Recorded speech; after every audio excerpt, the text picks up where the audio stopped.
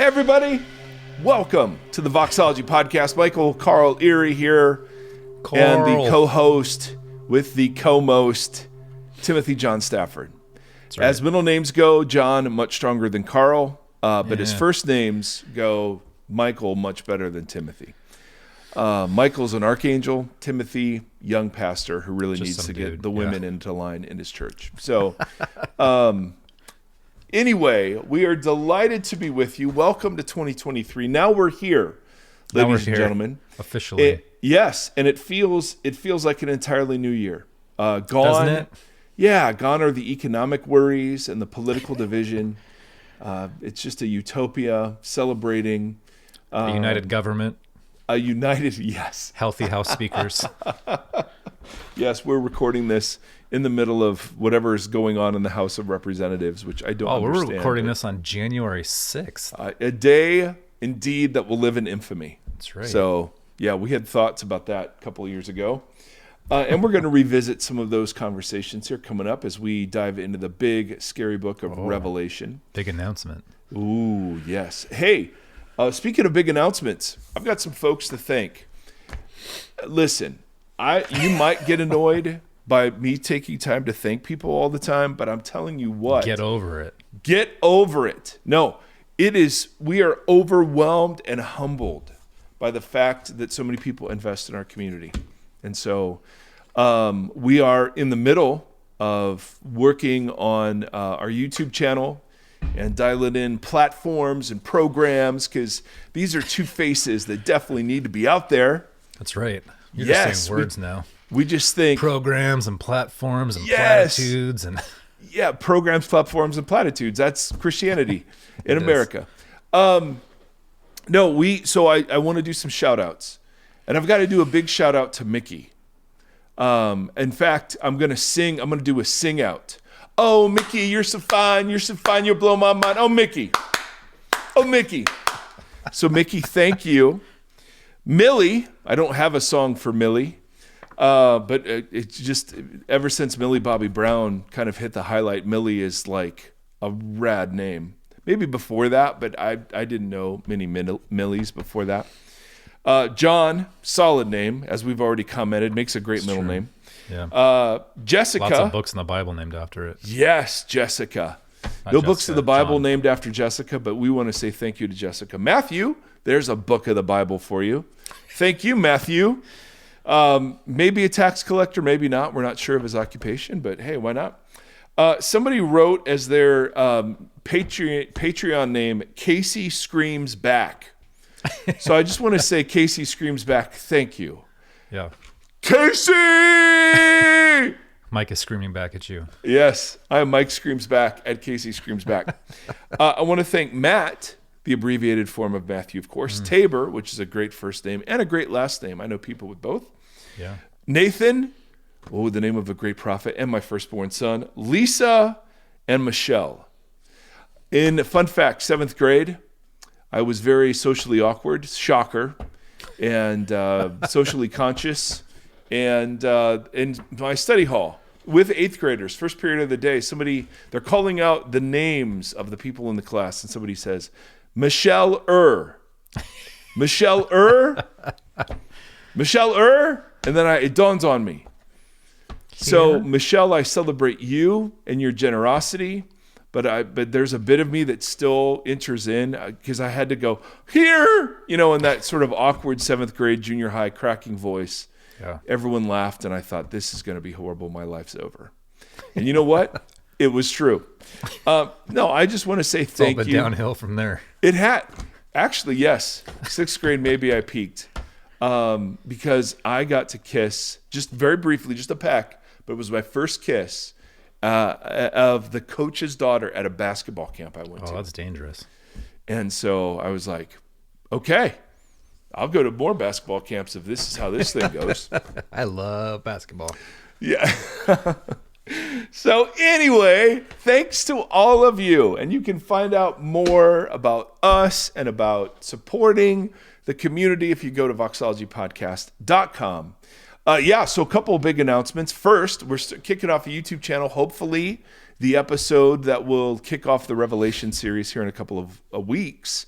Oh, boy. We are going to do a Revelation series. I did a Revelation series for our church in Tennessee, but the podcast form of a Revelation series is going to be much different because we want to take particular angles, and we can explore some things that we didn't really get a chance to talk much about in the church. And just the idea of a church conversation and a podcast conversation, the different sets of assumptions in each sort of venue. So, and we particularly want to look at Revelation and undercut the way that it's employed to support Christian nationalism, among other evils in American culture. And so that book has been hijacked and held in captivity to one particular interpretation. And we want to just say, boy, not only is that interpretation harmful, it's really not even what the book's saying itself. We're stealing it back. We are metaphorically going to the capital of the book of Revelation and stopping the steal. So, ladies and gentlemen, so there is a YouTube channel coming. There is a Revelation series coming. And anyway, I mean, just big things are afoot at the Circle K. Do you know that reference? I Timothy? got you. Of course you do. Excuse me, miss. Do you know when the Mongols ruled China? Timothy is, if you ever want to match wits with Timothy John Stafford, just start a movie quote train and see how far it goes. There are deeply held, deeply memorized. I don't know much about, I don't know that he has the Bible hidden in his heart, but he has lots of movie quotes hidden in his heart. And whatever judgment you want to make, that's fine. Today we have an interview for you. What? I know. We you know what's fun? We get to meet cool people and read cool books, and then get to meet those people. I was trying to think of when you asked her in the interview about when, like the celebrity culture thing, when you realized it. Yeah, when she realized the dark side of celebrity. I was trying to think. I was like, when did I? And was it just? Because I worked at the Christian bookstore, which you've talked about before, where the parents would come in, they're like, "Hey, my son likes Smashing Pumpkins. Yeah. What can you give me that's godly?" And I was like, ugh, none of this Right. is as good as Smashing Pumpkins. That's Just get fair. him that. But I was trying to think, is it Kirk Cameron for my age group? Like Kirk Cameron going from Growing Pains and kind of being the renegade kid that we all liked and looked up to on TV, and then he all of a sudden was like this crazy Christian celebrity, and there was a weird pivot. I don't know. Do you have one? I was trying to think of where that moment happened. Yeah. So we're interviewing someone named Katelyn Beaty, who is in the Christian publishing industry, worked at Christianity Today for 10 years. She wrote a book called Celebrities for Jesus: How Personas, Platforms, and Profits Are Hurting the Church. And which, we would all go yes and amen. And but she's a really interesting take, because she's kind of in the middle of the institutions that are facilitating this and benefiting from this. And so she does a great job sort of explaining how she processes some of that.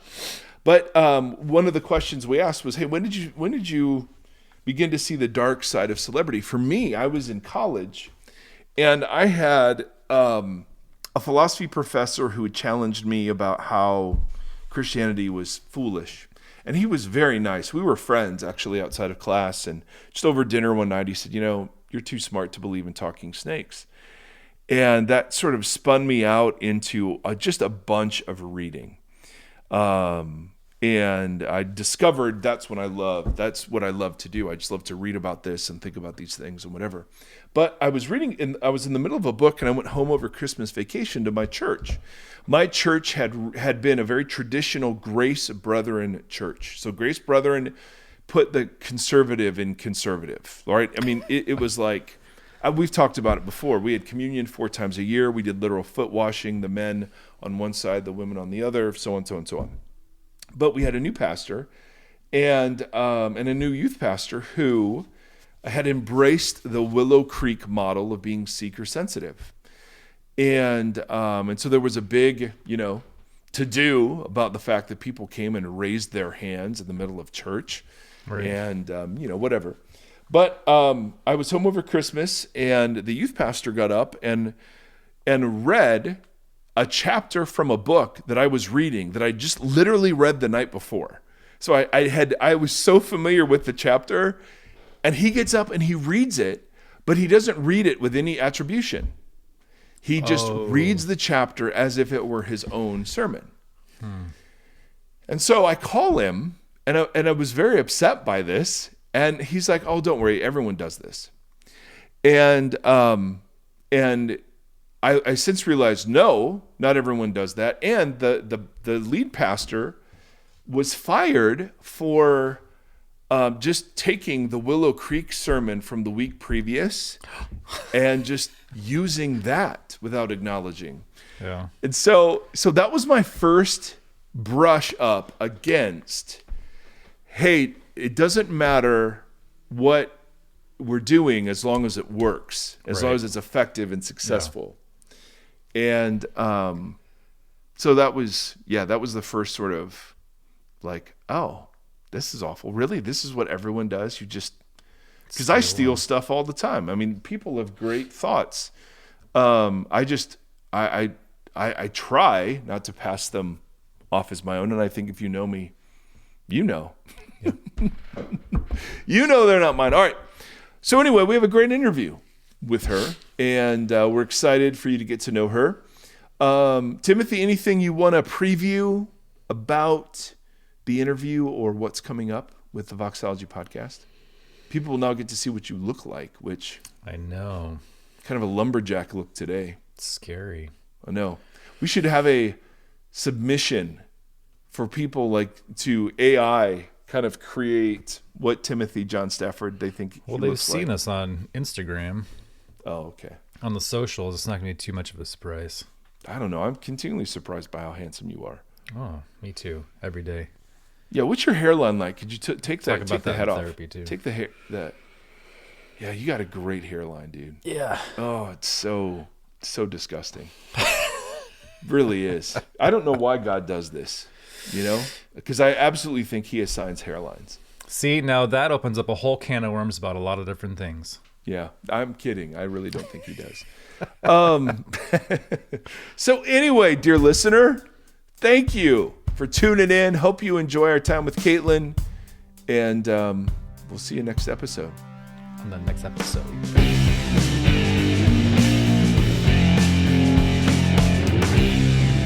Hey everybody, welcome to the Voxology podcast. We're so glad today to be joined by our brand new friend, Katelyn Beaty, who has written a book, Celebrities for Jesus, How Personas, Platforms, and Prophets Are Hurting the Church. When we saw that subtitle, it was like, yes, someone to speak in our language. Katelyn, hello. Thank you so much for joining us. Hello. Thanks so much for having me. Absolutely. Would you tell us just a little bit about yourself? What are you doing now? What do you currently do for work and hobbies? And then tell us just a little bit about the inherited culture, faith culture that you were raised in. As sort of a backdrop for our convo. Mm-hmm. Well, I immediately realized I have no hobbies. I'm a boring person. No. But for work, I work full-time as the editorial director of Brazos Press, which is part of Baker Publishing Group based in Grand Rapids, Michigan. But I work remotely from New York City. So I've lived in New York for a little over 4 years. Wow. And mostly love it and sometimes hate it. But I think that's pretty par for the course. Yeah. Hobbies, I enjoy cooking. I enjoy crossword puzzles. I sound like a really boring person right now. No. I do enjoy karaoke, but that has not happened since before the pandemic for natural. Oh, all right. So we're overdue for some karaoke. Yes. Can I interrupt you? Yeah. What is your go-to karaoke song? I mean, is there like a specialty that you have particularly dialed in? I think. Mike, you have opened up a rabbit trail. I'm in. We are so in for this. Well, I have a list on my phone because I find it helpful when you're sitting at the karaoke place. Like, okay, what are my songs? Yeah.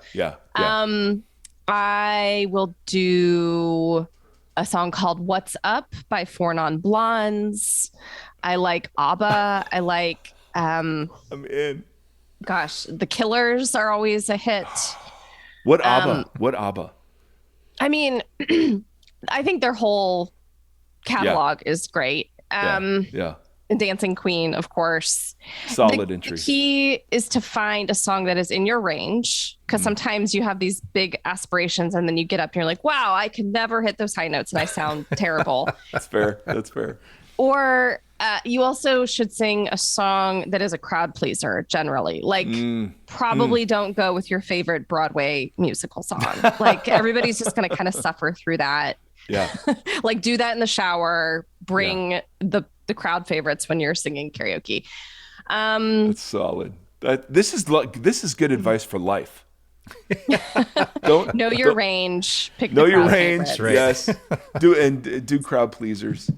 Yeah. Tim, I've never asked you that question. What if you had to do a karaoke song, one song? I did have a karaoke song. It was Hillbilly Bone. Well, there's a crowd pleaser. Blake Shelton song. At all. Yeah, but it's a lot of fun to sing. Okay. Well, that's fair. If no one else is having fun, at least you are. It's kind of how I do it. No one asked. Mike, what are your thoughts? No one asked, but I'm going with Toto Africa. That's just where that's happening. Yeah, Even though I cannot hit those high notes. I love singing Serengeti just as a lyric, so I'm all in. Well, on Blake Shelton, I will say I don't usually listen to pop country music, but those country songs have amazing hooks. They really and just do. Just incredible earworms. So there's a song called Need You Now that's a really fun duet. Are you familiar with this song? Mm-hmm. With Antebellum. Right. Lady A.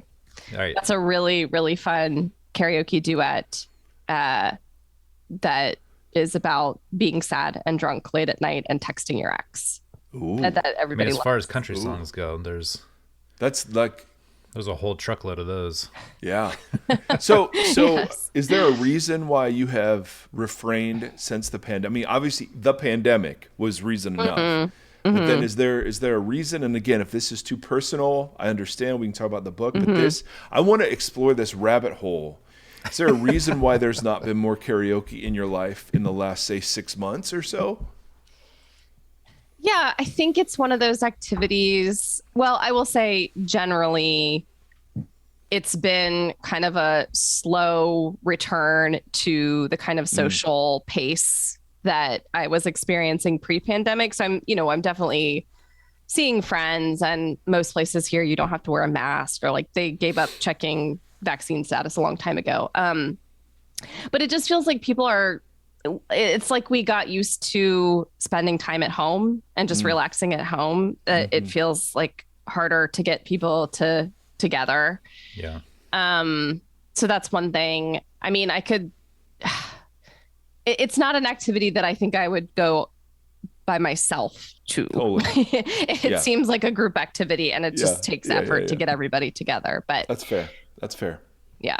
Well, we're going to be cheering you on for 2023. I don't know if you have resolutions, but maybe that could be one of them. Well, you had asked about my upbringing. Yes. Yes. It is not related to karaoke at all. It's not like I grew up in a karaoke household, but I did grow up in an evangelical household in Dayton, Ohio. I grew up in a United Methodist church that my parents still attend today, that at the time that I was a young teenager and came to Christ at age 13 was definitely seeker friendly. It was, I would say it was a mega church hopeful. I don't know that we ever officially got to mega church status, but experienced a lot of growth in a short period of time. Very kind of culturally relevant and singable worship songs. And our pastor wore open-toed sandals to preach. Oh my. To show you that he was of the people. Yes. Yes. And I write about this in the book. I'm very grateful in a lot of ways for that upbringing. I mean, it is the context in which I came to faith in Christ. It taught me how to read the Bible, how to think about Yep. living evangelistically, about the goodness of outreach and bringing people into the church. And also, I wouldn't say that our pastor was a celebrity. He certainly had a kind of persona, but I would say that the larger evangelical subculture that I was brought into from a young age was fixated on people with large platforms, best-selling authors, pastors, evangelists, musicians, that we were kind of told to emulate in some way. The assumption that if you have a big platform or you have name recognition, you can use that to share the gospel with more people. Right. A very utilitarian understanding of platform. Yeah. Kind of, I think I think evangelicalism is a pragmatic movement, at least in the U.S. Kind of, if we find a tool that works to reach people, to reach more people with the gospel, let's just embrace it. That justifies everything else. Yes, and so even if there's all this wreckage culturally or spiritually or interpersonally, but we brought people to faith in Christ, then at the end of the day, isn't it worth it? And I think that mindset has borne really bad fruit in a lot of the American church and has actually been anti-evangelistic, because we also have to think about the effects of witness and credibility on the other side. What does a watching world think when churches that, yes, have grown very quickly also face massive scandal and downfall? What is left in the wreckage? It's not just, it would be naive to think of something like celebrity as just a net gain in the long run. There are also real costs and, a harm to the Christian witness that I think we're now really in a moment where we're ready and willing to reckon with that. That's so insightful. When did you become? I grew up in that same culture in Mansfield, Ohio, which is just north of Columbus, and so we experienced the same gray winters. Hallelujah, and just horribly depressing. But when did you become first aware of the dark side of celebrity? I mean, that was just the culture we were imbibing and told that it was normal. If you like, this band, then you'll love this Christian band over here. If you love this comedian secularly, then you'll love this Christian comedian over here. And there was just a swapping out of celebrity, as you talk about in the book. When did you first become aware of the dark side of that? Definitely in my first job, which was at Christianity Today magazine in the Chicago suburbs. I started working there right out of college, and eventually served as managing editor there at the print magazine. And in the time that I was there, almost a decade, our staff received several tips and allegations about some of the leading lights of evangelicalism. I mean, two of the most prominent would have been Bill Hybels, the founding pastor of Willow Creek, and the evangelist Ravi Zacharias. And our staff had actually kind of received initial allegations against both of those leaders years before the staff was ready to actually report on it and corroborate. And we know how those stories turned out. Yeah. And so with both of those stories in particular, you had a dynamic where it was easy for us from kind of far away to think that we knew these men, that we could kind of vouch for their character or integrity. And arguably in both cases, there was an element of a distance that celebrity created. And in that distance, there was a lack of accountability and kind of a deference, both in Willow Creek and the Ravi Zacharias International Ministry, to the leading light, to say, well, he's insisting on using a private email server or traveling alone far more than any of our other staff are allowed to. But they're our founder and we love them, right? Or we admire them, and we know that their celebrity status is tied up with our own organization's success and stability. And so we're reticent to ask really hard questions, until it's too late.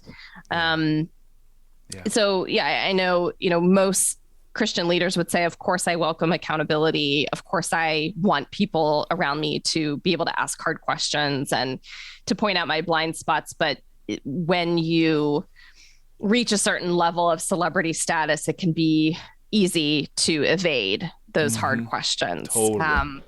And to kind of insist on being treated differently because you are in a higher echelon or you're just that gifted or that called. Yeah.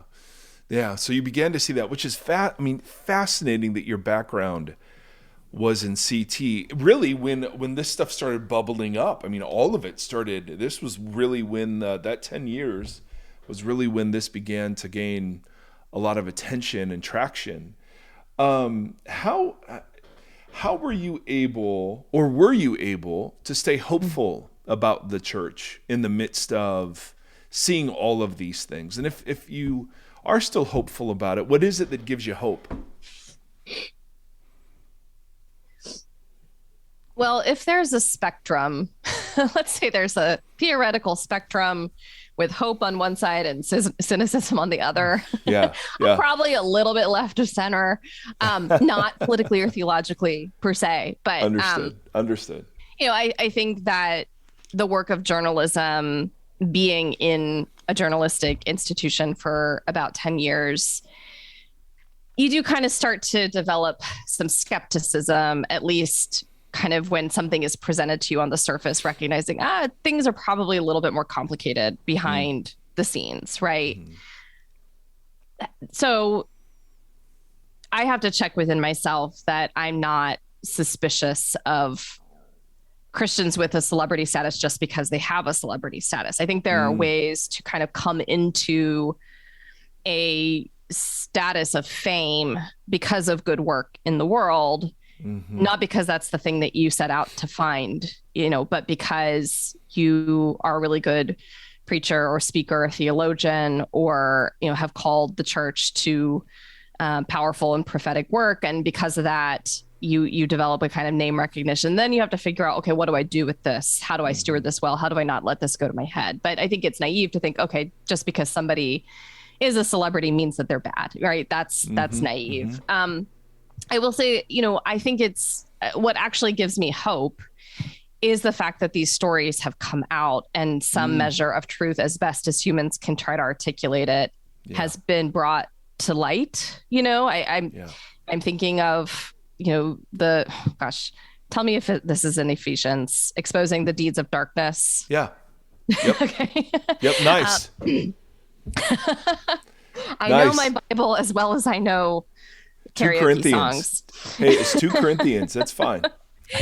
That we are told not to hide the truth, but to bring deeds of darkness out into the light. And I think God can use that to draw us into a healthier church. And maybe it looks smaller and humbler or not as impressive or flashy, but I'm so ultimately grateful that we're having these conversations because we're, I think, in a time where a lot is being stripped out and away in the American church. And what I am hopeful for is actually on the other side of this, whenever this time of reckoning and revealing is over, we can start to create a community centered on Jesus that is more grounded, loving, humble, generous, that looks more like the person of Christ than what we have maybe inherited over time. Awesome. And so in addition to that, what actually gives me hope is participation in a local church here in New York, where, our pastor is a good preacher, but the main event of the Sunday morning service is not his big dazzling sermon. Like sometimes it's good and sometimes it's like, I don't know, Yep. but the structure and liturgy of the church service itself is not centered on the guy, I love that. Where there are spaces within the church to get to know your neighbors. We have devotion groups, which are small groups that are neighborhood based. Nice. So, every week I'm invited to meet with people in my neighborhood to pray together and have a meal and share what's been going on in our lives. And like when I show up in that space, I'm not Katelyn Beaty, the journalist, and I'm just Katelyn. Totally. And we all need those spaces where we can show up as ourselves and not have to be impressive or flashy, but can be known and loved. I think that's what all of us deeply desire and need to flourish. So that gives me hope too. Yeah. Is that anti-celebrity model? Yeah, absolutely. Is that how you would kind of answer the critique? I hear this because we talk obviously about problems in evangelicalism, and people will sometimes say, well, why do you keep exposing or talking about this stuff? This hurts our witness. And what I'm hearing from you is, no, it's the reverse. Right? What hurts our witness is the hiding of all of this. But it's the revealing of it. How do you wrestle with that line of revealing this stuff, knowing it hurts, but that's a better option than keeping it secret? Did you ever have to kind of sit in that tension, or even as you were writing the book, did you ever hear that objection? Yeah, well, one parallel might be conversations in recent years about racism in the church or in the United States. When somebody posts something on social media that addresses racist attitudes or beliefs or actions, and someone else will comment like, why are you talking about this? This just creates division, or this just creates rancor, or this just stirs people up. It's like, well, actually the bigger problem is the thing itself rather than talking about the thing. Right. I do think that there are ways to talk about celebrity problems in the church that are seeking to ultimately build up. So I have to check in myself that I'm not taking some kind of perverse delight in seeing megachurch pastors fall, like I might have my own personal opinions about Joel Osteen, but I don't know why he came to mind. Well, Tim looks a little bit like him. I could see that. Wait, what? No, not at all. Sorry. I don't see it, but I'll be thinking about that. No. I have my own kind of impressions of someone like Joel Osteen, but if it were revealed tomorrow that he had embezzled millions of dollars from the church and, was unfaithful to his wife, like this is not good news. Like this is not what could be good is having someone misusing their power being held accountable, and then the church building something healthier and more Christ-like. But that is the good news, not the falling of the person itself. And just remembering that in all of these stories, there are people who are or have been connected to that person in really personal ways for whom this is devastating. And I don't, sometimes I'll hear, why are you talking about this? This person has a family. And I don't think that someone having a family is a reason not to, for example, Christianity Today reporting on Bill Hybels. It would have been irresponsible for CT to say, well, he has a family, so we can't report on this. That is not our job.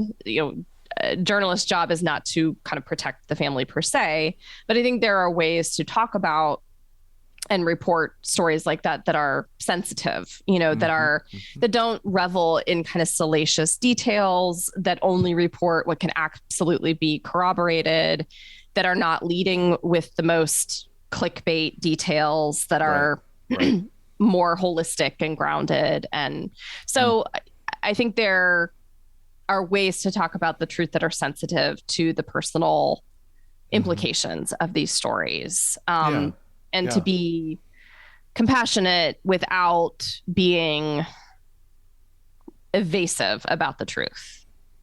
It was interesting, the 20 top articles from CT came out last week, and a guy named Patrick Miller had a critique of their coverage of celebrity and scandal. Did you follow this at all, or were you aware of this? I didn't see it. I wouldn't be surprised if some of the top read stories from CT of the past year happen to involve celebrity pastors or leaders. Yeah, it was like 11 out of the 20, or he even said it was 15. Depending on how you define it. But his point was, he asked the question, well, is CT destroying the church? Because they're profiting, off of these scandalous sort of details, and where are the articles about the faithful church that your parents attend in Dayton, Ohio, and so on, so on, so on. And I can hear the beginnings of a response to that, kind of thinking in your previous answers. But it was interesting to us to kind of been in that conversation last week, and to have you here. How do you, as a journalist, how would you sort of position the role of the consumer versus the role of the institution in the coverage of these sorts of things? If I had to guess, I would guess that you were about to say something like this, which is that this list of the top read articles from CT of the last year in large part reflect the interests of readers. Yes. As much as, if not more than, the editorial decision-making and discretion of the people at CT. That's much better said. Thank you. Like, yes. Why don't you ask the questions of yourself, and we'll just sing softly in the background. Sorry. Because my second song is "Hungry Like the Wolf" by Duran Duran. I'm just throwing that out there. Yeah. I just had another song come to me. "Take on Me" by Aha. Oh, solid. That's a crowd the fact pleaser. that you just went like this is like, that is the spirit that you want to exactly evoke. There you go. You want people to be like, yes, when they realize you're singing that song. So That's good. We, to its credit, CT does report on local churches just doing good, lovely things around the world. I mean, that is part of their editorial mission, is not just to call out the bad actors, but to say, like, look at how Jesus is showing up in these places. The reality is that those stories never do as well. Right. Totally. They just never do as well as the stories involving a person of prominence involved in some kind of scandal. That is what captures our attention, especially on the internet. I think some of this implicates how we give of our attention. That's good. Like, if I'm more interested in what's happening at this church or with this pastor over here, this is a community I've never been a part of. I've never, met the person.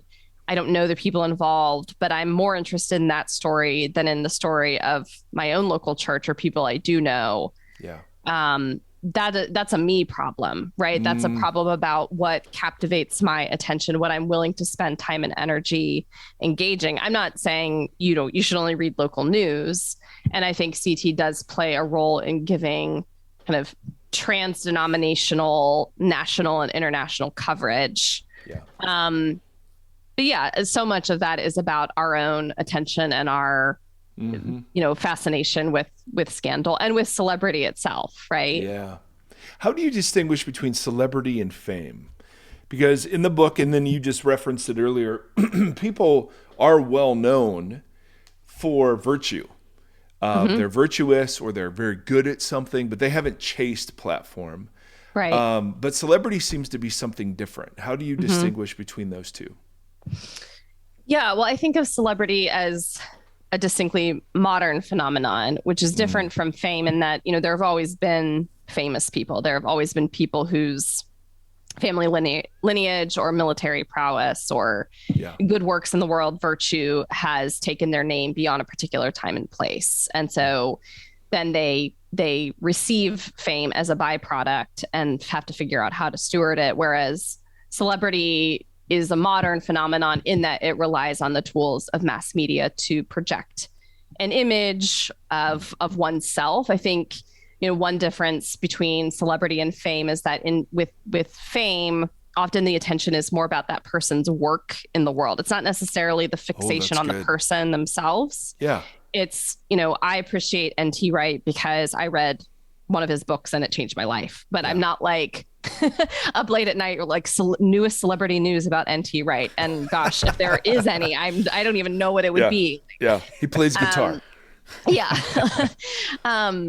Whereas celebrity, I think, what is being cultivated is a persona, and what is being drawn out is a kind of attachment or affection for the person themselves. Like, I am a fan of so-and-so. Yeah. I love so-and-so. I want to be like so-and-so. The attention seems to be more on the person as a model or icon. For the purposes of the church, the definition of celebrity I landed on in the book is social power without proximity. And so it is the ability to shape hearts and minds and captivate attention and wield power over other people, but from the distance of the stage and the screen. It is the lack of embodied in-person connection and I think that distance leads to all sorts of problems that we've already talked about. The lack of accountability, the lack of true knowledge, the splitting of a self. My public image is this, but behind closed doors, I act like this. Totally. And the Christian life is made to be lived out in proximity. And so if we are thinking about Christian leadership or discipleship or influence, and distance is always a part of that equation, we have to ask, well, how is that distance actually warping what we're trying to do and kind of undercutting Christian work in the world? It's all very interesting. Go ahead, Tim. I was thinking about the CT article stuff, which I think you're totally right. That's because I think I said last week, we enjoy driving by and staring at a car accident, right? And so these 20 stories were the most read. So those are the ones that we all clicked on the most and wanted to see the most. And they almost all are about celebrity downfall or something to that effect. So that does say way more about the reader than it does about the publication, because this is what we want to digest the most. So in that, I think it's interesting. I was watching an interview with Bono. Sorry, Mike. And what? Why? Sorry, Mike. Because he doesn't like Bono. No, I just referenced you too much. There's a celebrity worshiping dynamic in Tim's heart towards Bono that we're working on it. Yeah, we're working on it. But it's a lifelong. That's why you brought me here to convict him. It's a carefrontation for Tim Stafford right now. Yes. Anyway, he was talking about celebrity as currency and how it's so important how you spend that currency. And so he was talking about that in relation to all the work that he's done around the world, and kind of like it grants you some of that currency to be able to do that just because of the status that comes with it. And I thought that was really interesting, because when I think about the CT stuff, it was like there is a responsibility to all of us and how we reframe or use that celebrity, or how we reframe knowing that people like to watch car accidents happen. And so what is that? Because I think you're totally right. Like the me work starts with all of us, with what we're seeking and why, and that warping that happens in between the public and the private for somebody who's in some position. But for the people that are in the positions of power, that have the knowing that we are a celebrity culture and we love that the Kardashians still exist and still have a platform based on, I think, just celebrity. So we hunger for it. How do you think the church uses that? Because we've seen the negative ones. I just think it's interesting to think about how do we spend that currency? How do we I don't know. I'm not sure what the question is, but I think it's an interesting, because it exists and we hunger for it. And the idea of chastising all of American culture and say, hey, American Christians, knock it off. Like no more celebrity worship, no more whatever. Obviously seems unlikely, but I don't know. I think it's an interesting conundrum that we are currently, and I don't know if it's outside of America. I don't know how bad celebrity culture is. You read about like in Ireland, Bono's like, no one cares about us on the streets of Ireland. Like they throw beers, like there's no such thing as celebrity. Here it seems to be a really big deal, and I don't know what you do with that or how you navigate that culture without pointing fingers and getting angry. And Yeah, well, speaking of Bono, one of his friends was Eugene Peterson. yeah, And you like it's him, sad. Mike? It's sad when people ask me about countercultural examples of like famous Christians who have done it well. There are like 3 people on that list, and Eugene Peterson might be at the top in terms of like a modern American Christian I'd leader. throw Dallas Willard on there. So my understanding is that Eugene Peterson wrote the Message transliteration as a direct response to people in his church saying, I can't really understand the Bible. Yeah. He, to my understanding, was not setting out to write a mega best-selling Bible translation, even though it became that. And then, of course, after the Message blew up and, had incredible success, I think most people would have turned to Eugene Peterson and said, like, you can probably you can drop the pastor thing. You can just kind of keep writing and like transition and pivot into full-time writing and influencing. You don't really need the pastor thing anymore. And he decided, he chose something really countercultural, which was to stay connected to his local congregation, continuing to pastor. To my understanding, it wasn't a very particularly big or impressive church. It wasn't like Saddleback or Willow Creek. It was a modestly sized church where he continued to pastor the rest of his career. And I just think about that as when the world, including a lot of the church, would have said, like, go higher. He chose something lower and grounded and more proximate, even though the Message continued to sell very well and he could be friends with people like Bono.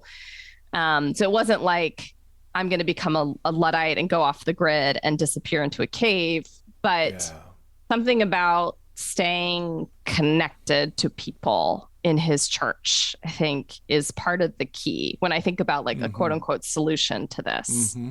Staying connected to people as a shepherd and not as just the expert or the best-selling author or, somebody who's friends with Bono, which, gosh, if I became friends with Bono, I'd be telling everybody about that on social media all the time and become so obnoxious about it. Yeah.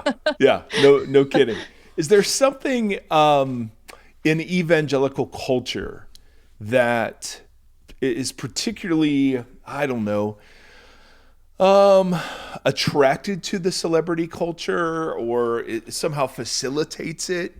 I know you spent some time on there have been Christian celebrities before the modern era. But is there something, you say that it's a feature, not a bug. And so I'd love just to hear your thoughts on what is it about evangelical culture that sort of facilitates this sort of dynamic. Thinking back to the church that I grew up in, I mean, I of course, I knew that it was a United Methodist church, but in terms of our life together, what was more defining for me as a young teenager growing up in that church was that I knew I was part of this broad interdenominational evangelical movement. And I knew that because of the music I listened to and the books that I read and the conferences I went to. Yeah. So there's something about the trans-denominational nature of evangelicalism and a relatively low ecclesiology and a kind of, I would say, a general preference for dynamic preaching and speaking as the main thing over and against spiritual formation and discipleship in the local church. There's something about the emphasis on the preacher or the speaker as the one who is going to bring transformation among us and kind of deliver that for us, that tends to just, prizes individual authority over institutional authority, and then tends to make people give them a kind of celebrity status. So that would be one element, just I don't know if anti-institutional is too strong, but certainly I would say a general preference in evangelicalism for dynamic individual leaders over institutions and life in a local institution.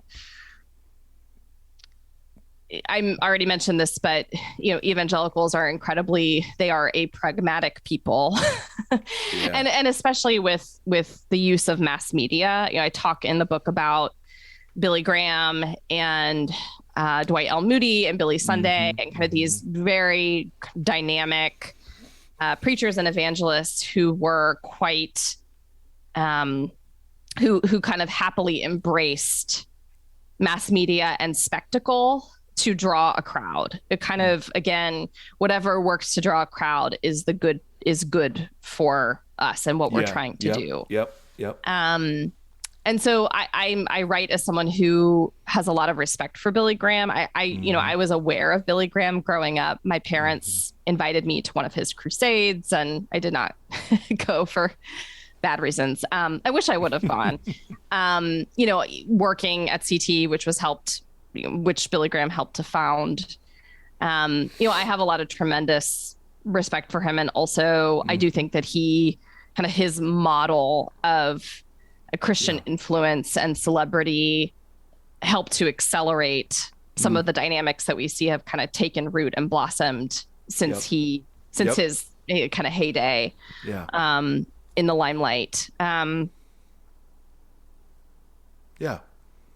think that's all I want to say about that. It's all really Did you go to, when I was a youth pastor, I had to go to these conferences, and I remember being, even at that point, being kind of like in a tumble dry, because it was like you had the biggest speakers who would come in, and it was very separated, and then they'd have like Jars of Clay and these huge bands come in and play at night.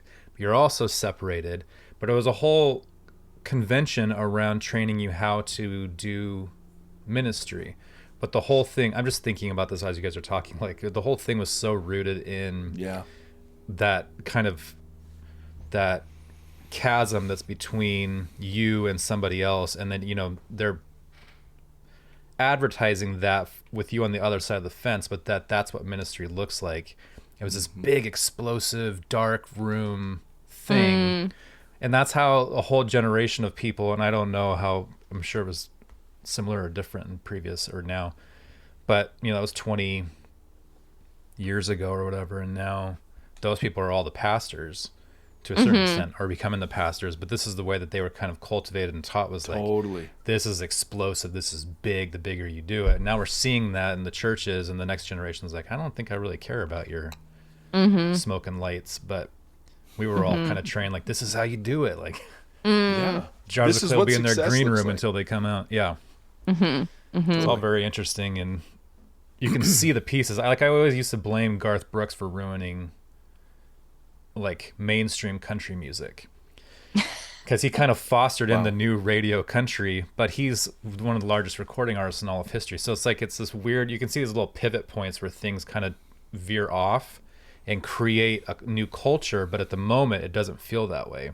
At the moment it feels fresh and kind of exciting, but then you watch that line go off for 10, 15, 20 years, and you're like, oh man, we're in the weeds.